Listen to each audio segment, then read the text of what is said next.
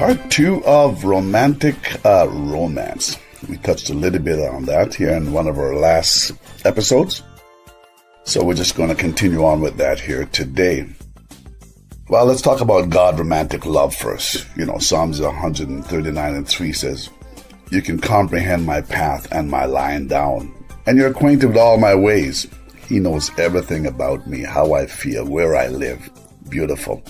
Psalms 19:1 say that the heavens declare the glory of God, and the firmament his handiwork.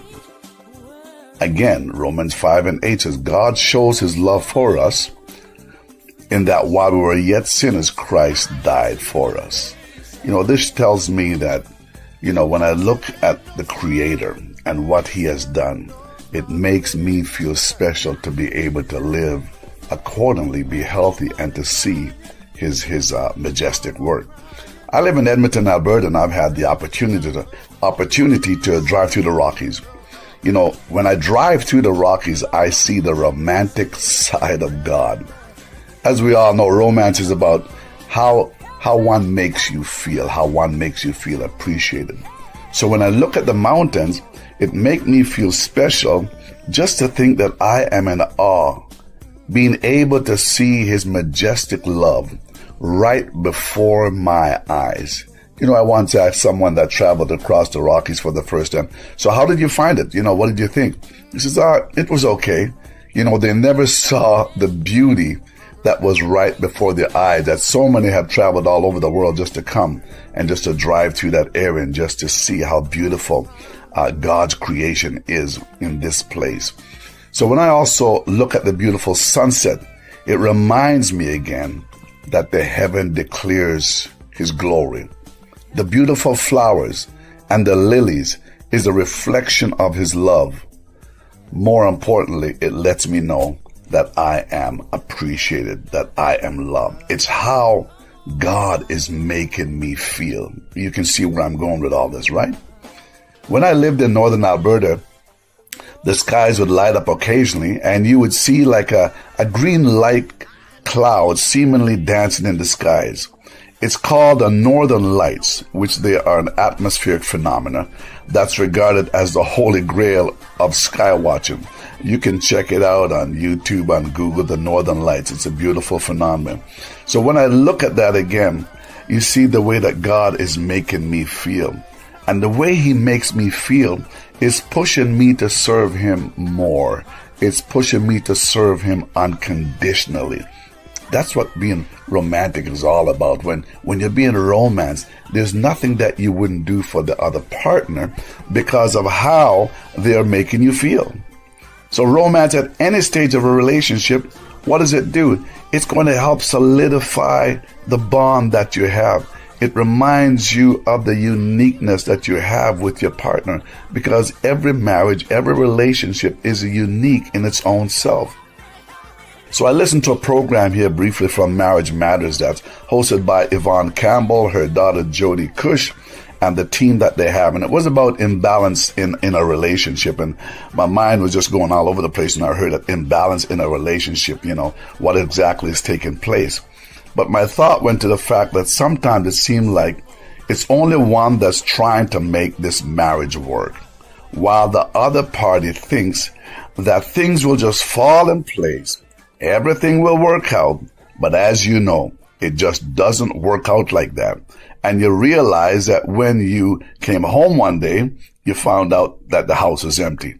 Now, all of a sudden, the bells are going off, but many times it just might be too late. What I'm saying is that you have to be aware of the signals that's right in front of your face. Many times it just can't get any plainer, guys.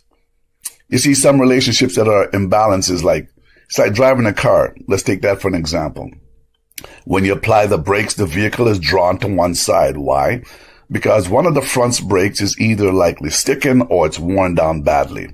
But you continue to drive because you feel, you know what, as long as I keep my foot off the brake and I'm going forward, everything is all right. So you continue to drive like that for some time, and you get used to the inefficiency. You get used to the abnormality of how the unit is supposed to run. You get used to it, although you know it's not functioning right, and it's actually giving you a warning sign that you need to pay attention to me. Otherwise, it's going to cost you more in the end than it will in the beginning. So after a while, you realize, you know what? The repair could have been minimized, but you failed to act upon the warning that it was given you. A lack of romance will help you to decrease the desire that you should feel for your spouse. Look out for those warning signs, and especially as you navigate through life, especially when life gets so busy. Because statistically, many have said romance, it just makes them feel loved in the beginning. And as time goes on, it should still be 100% important. Couples that are married for a long time feel that romance has gone out of the marriage. Now they don't feel important. They don't feel loved. They don't feel desired. They don't feel uniquely special anymore. The behavior can go on for quite some time. So how do we nip that in the bud? You know what? Say what you want and how you'd like to be loved. Some might say, I never had to tell you that in the beginning, so why are we having this conversation now? Well, just joking now. It's right approach, right approach. Remember, right approach. You come off like that in an attack, and he's going to come back, and he's going to be very defensive and come back in an attack also. But it's romance that will keep the spark alive in your relationship. You can actually narrow it down to what is really happening. So romance is lost, and we feel disconnected. Why is this happening? Well, we both got busy with our lives. You know, we can't just blame it on just one individual. We're in this together. Remember, it's about we, not necessarily at times about me. It's about we, how you're going to make me feel, and vice versa. So we both got busy with our lives. Yes. We gained some unwanted weights. Okay. We took one another for granted. We failed to prioritize. Career and children came into the picture, and I put them first before my wife. All this, it's eroding what was once in place. It's eroding the things that once used to hold you together, that once used to keep you connected. And now we have lost that connection because we've allowed some things to distract us, where the things that should now be important to us, it's not prioritized like it need to be. What is it when you think about your relationship out there, when you think about where you're at, when you think about how you're living, when you think about your job, when you think about how busy that you are? What is the one thing that you have failed to really prioritize? You might have your job, the career, and everything else, but is it at the expense of losing your family? I believe that when you put the family first, everything will just fall in place. Now, mind you, that don't mean we don't put God. God is always first. But then, you know, you put your family. Your family comes first after that. Now, there's different type of love. You have eros, which is a passionate, it's an intimate love. You know, when it's translated, it means like a sexual or romantic love. And, you know, that's where we get our modern day term erotic from. It's a love that you feel, and it can lead to passion, but you are attracted to the person, and, you know, you just notice their beauty. It's a love that you need to keep alive, that passion, that intimate love. It's one that you need to keep alive. It's what's keeping that house, that love house, so to speak, together. Then you have filial love, which is a friendly or a brotherly love. It's that love that's felt between close friends and your community. You know, you could say it's a love without romantic attraction, but it occurs, you know, between friends or families. Friendly, brotherly love, filial love. You need that also in the relationship. You know, my wife is my best friend. You know, what's your wife to you? Is she your best friend? How about your husband? Is he your best friend? Well, in the beginning, they were your best friend. What has come to erode that friendship when now you can't say what you need to say because of hurting the other party. You can't say what you need to say because you haven't been in the right place. You haven't been functioning as the husband that you need to function in. You haven't been functioning possibly maybe as a wife, as how you would need to function in your God given ability. And then we go to storage. Love, which is a familiar love. It's an affectionate love. It's a love that you also have for your family. It's just a natural love. It's a common manifestation, of love that we know. It's an emotional love because it's deeply rooted, traits where you share that love. You need to have that storage, that love in your relationship. And now we come to what we call agape love. It's one that is an unconditional love. It's the highest form of love. Unconditional love. We all try to get to that place. And I imagine when we first met and when we said our vows, it wasn't unconditional vow, if you please. You said, until death do us part. You're basically saying that no matter what happens after this, I'm going to love you unconditionally. And sometimes, it's so hard to love unconditionally because how the other party is acting. They're acting so stupid. Why are they acting like this? Why are they treating me like this? And now you're telling me I've got to love them unconditionally. Well, that's going to be between you and God and not me, you and God. But it's a love, that agape love. It's a love that we strive for on a daily basis. You already know sometimes the husbands and wives, like we said, we will get on one another's nerves, but at the end of the day, we've got to have each other. We're talking about romance, folks. The different type of love.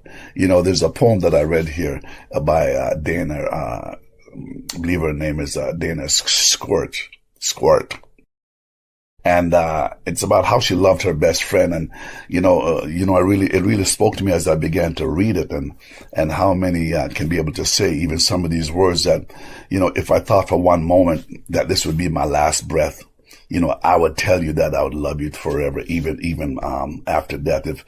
If I thought for just one moment that now would be the last time I heard your voice, I would have told you that I loved you.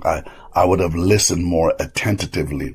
I'd embrace you and I would make it feel real just for the moment. But you know what? At the end of the day, we have to thank God for allowing us to meet. We have to thank God for allowing us to be able to have this gift. Your wife, ladies and men, your wife is a gift to you. Wives, your husband is a gift to you. And how you treat that gift is going to determine how love is going to show up in your relationship. As time goes on, and like we said, romance can sometimes fall by the wayside, but you can incorporate back into your relationship.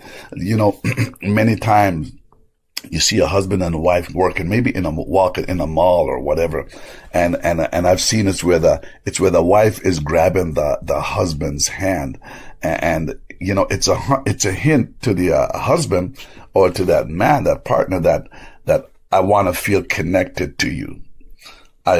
This makes me feel like you're here. And so going back to holding hand, no matter how old that you get. And, in my some time back, it was my wife that was always reaching out to my hand. But now when I'm walking out in public at times and in the mall at times, I now will end up holding her hand rather than me letting her, like she did in the past, reach out to hold my hand. I want to be the first now to hold her hand. What am I saying is that I want to keep you close. Even while we're walking here in the mall or on the streets, I want to let you know that you still feel important to me. So there's different type of hand holds. You can have a passive hand holds, the one finger hand hold, the two hand hold, the massaging hand hold, the hand hold where you hold that hand and you kiss her. But as a man, you shouldn't have to try so hard to bring that relationship. You just need to show up. Men, you need to just show up every day as the husband that God wants you to be. Wives, you just need to show up every day as the wife that God wants you to be every day. So you may as well embrace this idea that love and romance, it's going to take a bit of effort. It's going to be something that we wake up on a daily basis and, even thinking, so how can I show love to my spouse today? How can they see that today that they are important to me?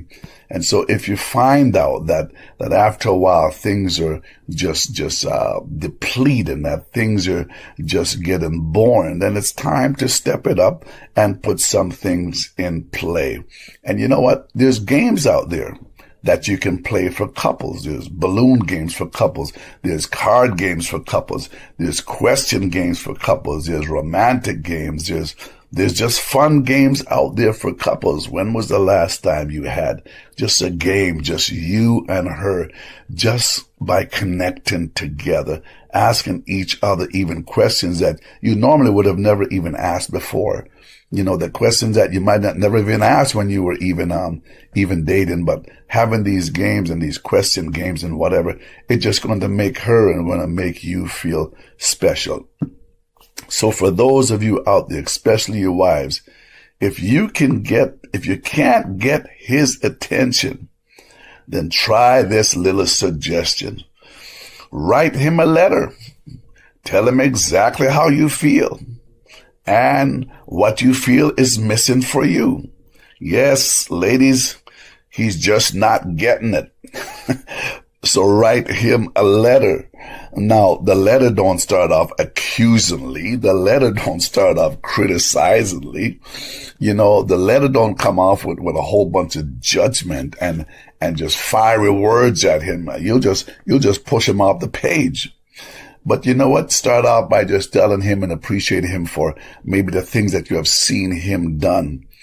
Write him and let him know that, those things that he wants you to do, how it makes you feel. But maybe you're not just feeling that anymore.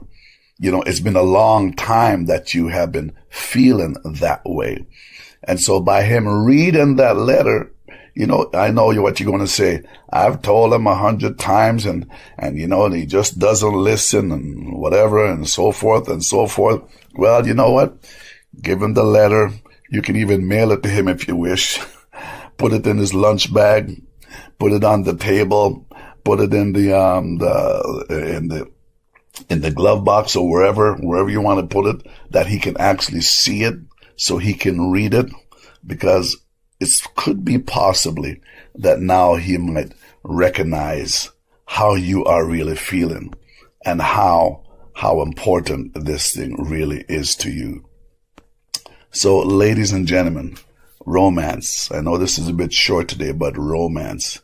Don't let it die. It is important. It is a way of solidifying and connecting you together like you once had in the relationship. So for those of you out there that you feel that, things are slipping, things are not the way it used to be, but you want to get that love back again. You want to get that connection back again. Well, you can connect with me at tlcbonittogrange.com. We will help you get back on that path. We will journey along with you so you can feel connected again, because something has fallen by the wayside.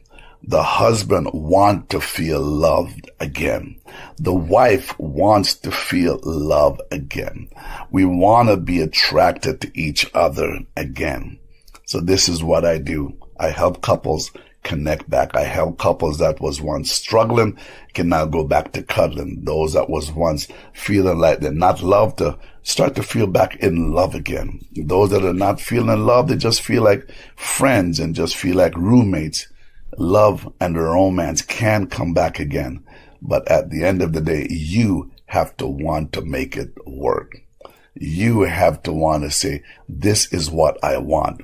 Otherwise, nothing happens unless you want to. You've got to have a want to if you want to keep the romance in your life.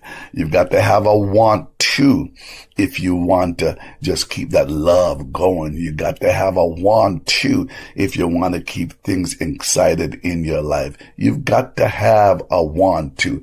Nobody should be forcing you. Nobody should be telling you that this is what you need to do as a man, or this is what you need to do as a wife. At the end of the day, we both want to feel loved. We want to feel appreciated. We want to feel desired.